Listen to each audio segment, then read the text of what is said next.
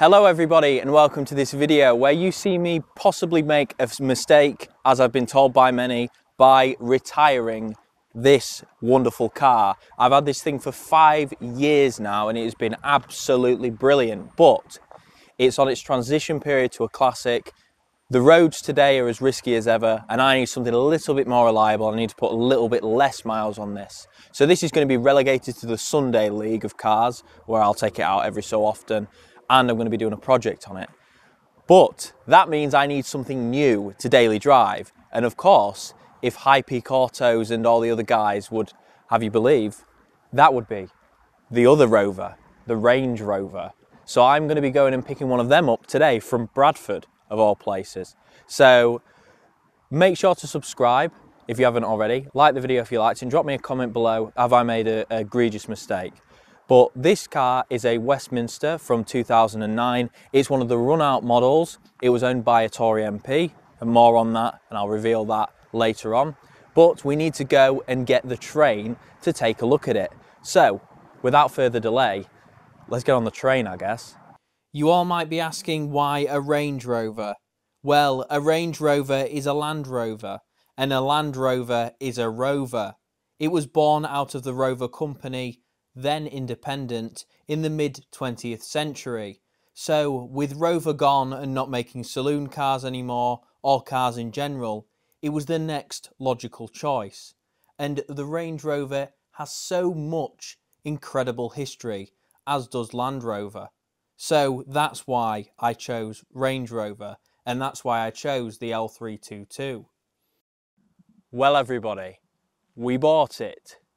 And I'm going to show you around it now and give you a brief sort of history of why we came to this one rather than all the other ones on the market and what makes it so special and why it broke down almost instantly, which is a bit of a trope with these cars, but I'll tell you more about that in a second. So this is a 1 of 300 Range Rover L322 Westminster.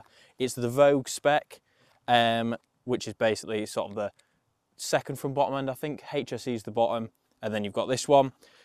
Cool things about Westminster is, comes with a supercharger styling pack, comes with, which includes this grille here, and the side vents here, and it also comes in this special colour. Now the car's sort of been abused a bit. It had an owner who treated it incredibly well. He was the Tory MP for the Cotswolds. It was Sir Geoffrey Clifton Brown. He treated it amazing. He was the owner since new. And then it's been sold on and then sold on again. And now I've ended up with it. And I think I really am the last roll of the dice for it, or any other enthusiast. I'm really the last roll of the dice for this poor thing. Nobody sort of realised how special it is being a 1 of 300. This Westminster edition, they only did 300 of these cars. So it comes in Mariana Black, which is like a bluey black, lovely metallic. And it of course comes with these special wheels. They're only fitted to this car. This car is fantastic. So I'll show you around the whole thing. We'll first have a look at the outside and I'll go through sort of what's exclusive to the spec. Usually these would come with supercharger lights, but the previous owners fitted these facelift model lights, which have a problem. And it comes with this special badge, which is literally, I mean, you could stick that to your gate and it would last for 1,000 years. This is fantastic. Black badges, it is what it is. Reversing camera, as they all do. Although it does look pretty bad, to be quite honest with you. TV inside, you name it, this car's probably got it. So why did I pick this one? Well, it was the best of a bad lot, I'm afraid. There was some absolute travesties all over eBay and Facebook. Some that just completely didn't work. Some that I turned up to see and they were literally rusting out. Some that were just an absolute mess. Why did I end up at this one? Well, it's a Westminster, and that means it's super duper special. The previous owner, being a Tory MP, has treated it very well. Well, the previous owner. Its next owner, not so much. So it's fallen into a bit of disrepair. All the others that I looked at weren't this good. This one is mechanically sound. It's had loads, and I'll tell you about that more in a moment when we go to the problems. But It's got really good history, full Land Rover dealer service history, and then it goes straight to a specialist. It's had some amazing MOTs. I've got to be honest, it puts all of my cars to shame when it comes to MOT history. And it generally has had, it's been pampered, except for its last owner. So a lot of the other cars that I was looking at, and what you really need to look at for these ones, is if they've been ran on a shoestring. If you turn up and it's got hardly any fuel in it, or it's got terrible tyres on it, you really should stay away from it. This one is okay, but I kind of knew that getting into it. So, next, what are the problems with my new luxurious Range Rover? Well, it's a Range Rover, of course it's got some problems. So, first things first, you guessed it, it's there. Lovely bit of rust. Now, that's not too horrific, that'll be fine. I expected it, is what it is, isn't it? So, body condition.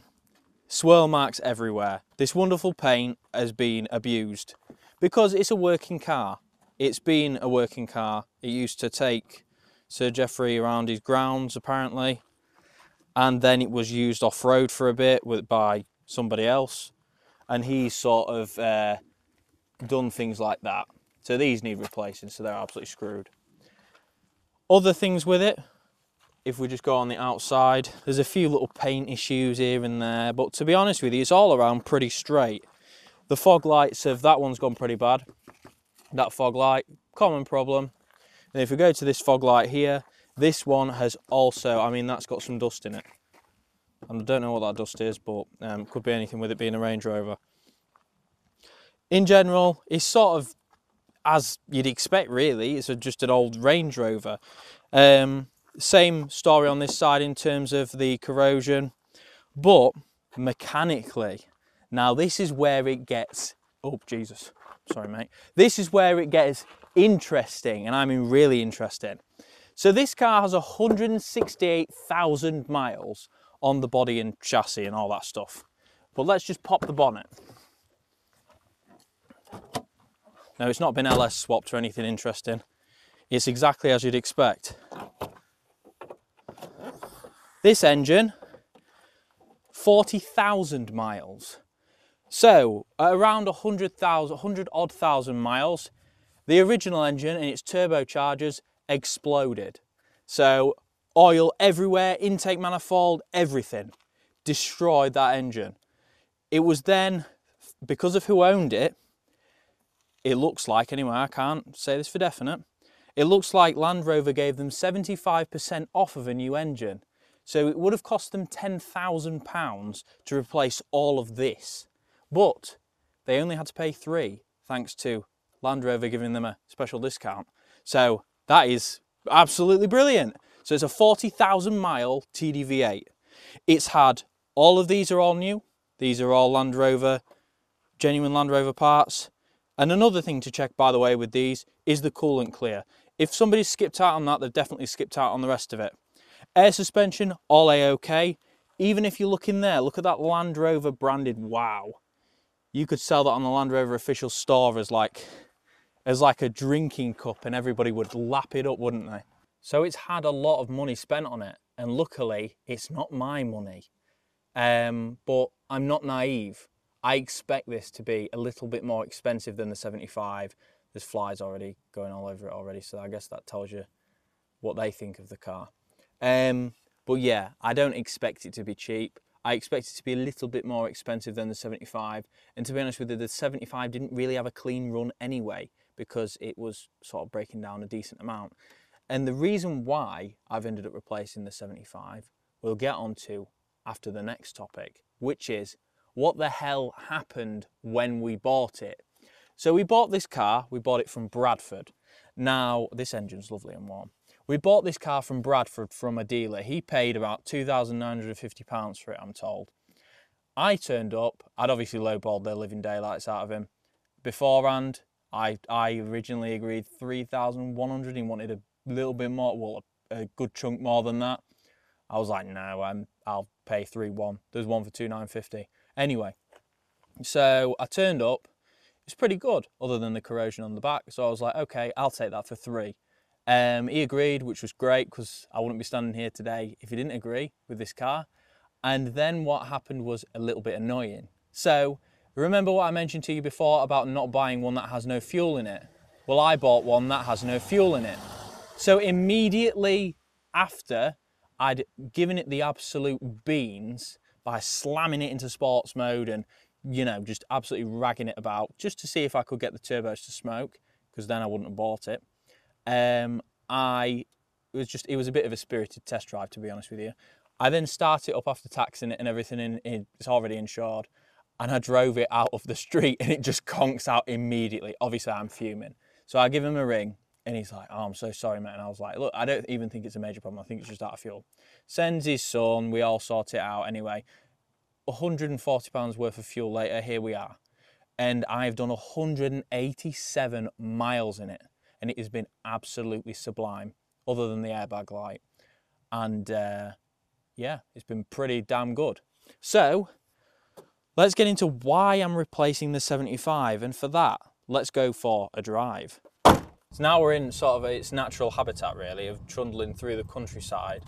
And we'll get into why I'm getting rid of, well, I'm not getting rid of it. Hold the press, I'm not getting rid of the car. On why the 75 has now been retired. The Rover 75, my one, is about 25 years old, 24 years old, something like that. And it's on that, and as my friend Phil, Classic and Retro, go subscribe to his channel, he's absolutely amazing. He rightfully pointed it out in the best way I've ever heard. They're on the transition period into being classics. My Rover 75 has done 172,000 miles, and I care about that car a lot. It's been my daily driver for about 5 years. It's shared some incredible holidays, experiences, all that sort of stuff with me.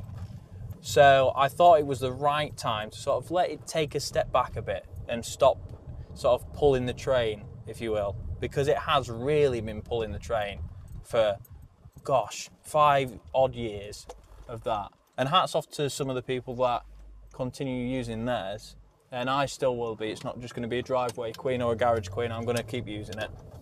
But this will take over the brunt of the work.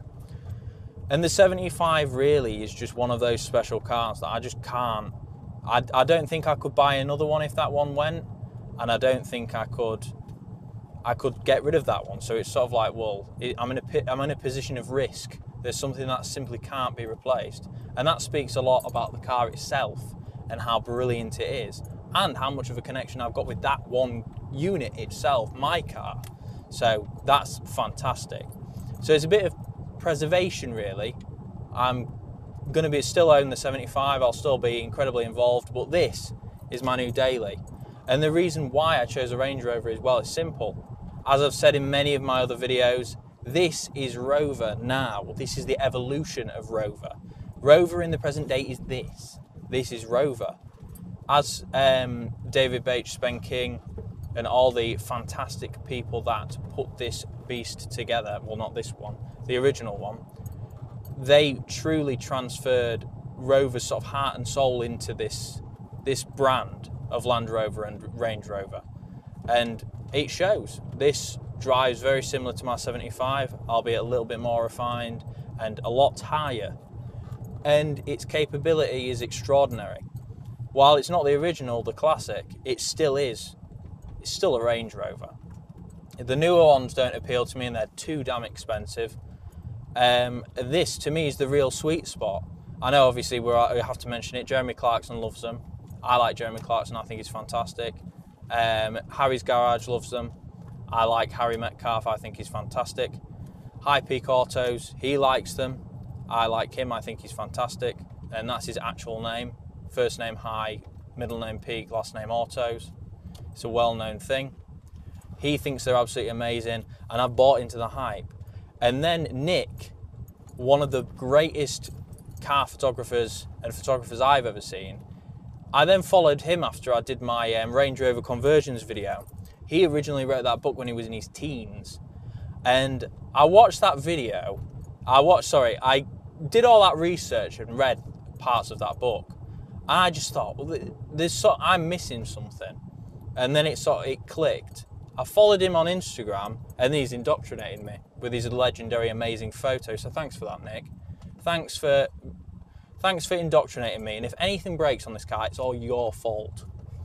because you're so fantastic at what you do. It's absolutely, his photos are insane. He's just so good at this. Honestly, he's amazing. And yeah, that's why I've ended up where I am. This car, I have no real connection to it, to be honest with you, in terms of like, you know, when you buy a car, you usually have like a connection to it historically in your life, like your sister's friend's cousin's niece owned one or something weird like that. But I mean, I'm from a council estate in Scunthorpe. Nobody owned these. This was like reserved for like the Queen and people like that. And now I'm driving one, which is a bit odd. Arguably, it's not really that much of an achievement considering it's depreciated to the point where it's about as much as a used Fiesta. But still, I'm pretty happy with it. I think it's fantastic. And around where I live, Peak District, it's a no-brainer. Full-time four-wheel drive, multiple modes down here to do things that I could do, and we can raise it and lower it, which is very interesting.